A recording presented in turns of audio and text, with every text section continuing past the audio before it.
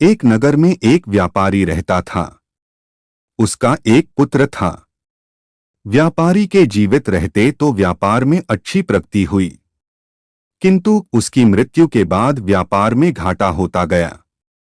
नौबत यह आई कि व्यापारी की सारी संपत्ति समाप्त हो गई। तब व्यापारी पुत्र ने परदेश जाकर व्यापार करने का निर्णय लिया।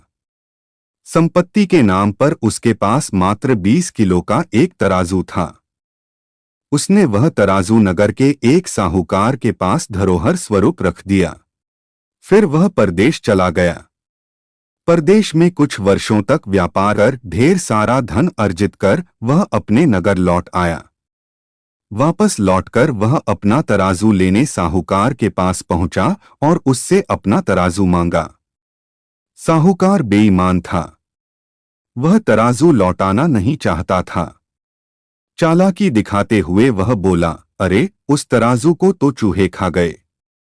अब मैं तुम्हें वह कहां से लौटाऊं? यह बात सुन व्यापारी पुत्र समझ गया कि साहूकार के मन में बेईमानी घर कर गई है, किंतु उस समय बहस करना उसे उचित नहीं लगा।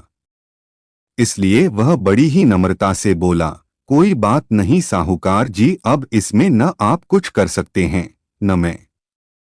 शायद तराजू मेरे भाग्य में ही नहीं था। साहूकार मन ही मन भयभीत था। व्यापारी पुत्र की बात सुन उसने चैन की सांस ली। कुछ देर साहूकार से बातें करने के बाद व्यापारी पुत्र जब चलने को हुआ तो साहूकार से बोला, क्या आप अपने पुत्र को मेरे साथ भेज देंगे? परदेश से मैं आपके लिए एक उपहार लेकर आया हूं। वह मैं आपके पुत्र के हाथों भिजवा दूंगा। साहूकार लोभी था। उपहार के लोभ में उसने अपने पुत्र को व्यापारी पुत्र के साथ भेज दिया। व्यापारी पुत्र साहूकार के पुत्र से बातें करता हुआ नदी किनारे पहुंचा। नदी किनारे एक गुफा थी। उसने साहूकार के पुत्र को उस गुफा में ढकेलकर गुफा का द्वार एक चट्टान से बंद कर दिया। उसके बाद नदी में स्नान कर वह अपने घर लौट गया। इधर शाम हो गई और साहूकार का पुत्र घर नहीं लौटा।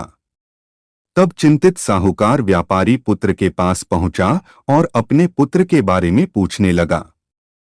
व्यापारी पुत्र बोला, आपके पुत्र के साथ मैं नदी किनारे बैठा हुआ था कि एक बाज आया और उसे उठाकर ले गया। यह सुनकर साहूकार अपना आपा खो बैठा और चिल्लाने लगा, झूठे मक्कार, कैसी उटपटांग बातें कर रहे हो?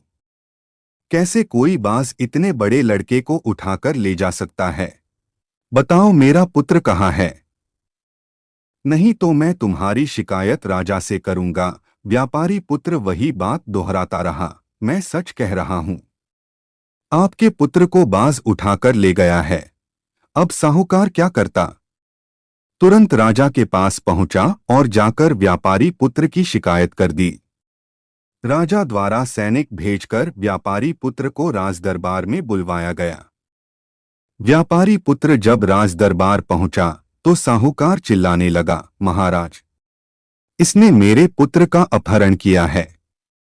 इसे दंड दीजिए और मुझे मेरा पुत्र वापस दिलवाइए। राजा ने व्यापारी पुत्र से उसका पक्ष पूछा तो वह बोला, मैं नदी किनारे साहूकार के पुत्र के साथ बैठा हुआ था। तभी एक बाज उसे उठाकर उड़ गया। राजा को इस बात पर विश्वास नहीं हुआ। ऐसा कैसे हो सकता है? एक युवा लड़के को भला बाज कैसे उठाकर ले जा सकता है? तुम झूठे हो। यदि 20 किलो का मेरा लोहे का तराजू साधारण चूहे खा सकते हैं तो बाज भी सेठ के लड़के को उठाकर ले जा सकता है। व्यापारी पुत्र बोला और तराजू वाली बात बता दी। राजा को सारा माजरा समझते देर नहीं लगी। उसने साहूकार को फौरन व्यापारी पुत्र का तराजू वापस करने का आदेश दिया। साहूकार ने तराजू वापस कर दिया। तब व्यापारी पुत्र ने भी साहूकार के पुत्र को गुफा से बाहर निकालकर घर भेज दिया।